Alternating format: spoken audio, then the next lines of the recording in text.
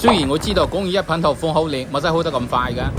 祝睇到視頻嘅你都神神練練。今日帶大家睇一套廣宇一品嘅靚款啊！嗨，大家好，我係日拍經理。今日大家睇一套方重小書包嘅靚款啊！廣宇一品呢隻護人咧，我相信好多人都未睇過嘅，彭經理都係第一次睇。嚟，首先嚟我哋睇一睇我哋原款嘅位置先，係嘛？光線相當好，證明俾大家睇呢套係南向嘅房，前面就係我哋嘅南京港灣啦，係嘛？呢套房光線相當好嘅。嗱，再嚟呢邊客廳嘅環繞下攝影師。黃金海門啊！哦，黃金海門喺旁邊，光重小書包，哇！呢個幾夠大，呢隻嘢好得意嘅。喺入門口嗰邊就係咁多東西傳統啦。有需要可以將呢度打洞翻開，再擴展翻入嚟 ，OK 噶啦，係嘛？呢邊就係我哋嘅廚房位置，呢邊就係我哋嘅客廳。佢房間呢就全部都係歸邊嘅，我哋睇緊嘅咧係107個方左右，啊，72個，3房2廳2衛呢種嘅。嗱，呢邊就係我哋第一隻衞生間啦。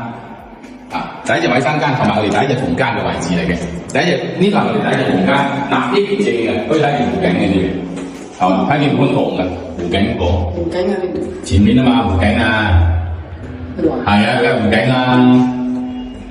唔係咩？邊個湖景嘅冇做到啊？冇事有好嘅，先生。嗱，跟住再入嚟，入門呢邊咧就係我哋嘅客廳啦，客廳就係我哋嘅陽台。嗱，再嚟睇睇，我哋呢度咧呢個房咧係兩隻房間變湖景嘅。嗱，呢度係第二隻房間，呢隻房間咧就比較適合做一個準外房啦。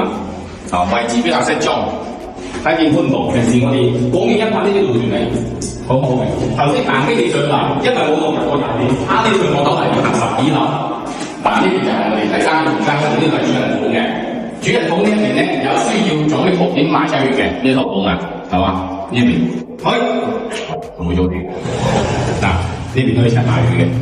主人房咁樣就夠晒闊啦，風扇口旁，主人房依然係南向嘅，呢個係主人房嘅衞生間，主人房嘅衞生間夠晒闊嘅，整個側邊分裂係完全冇問題嘅，係嘛？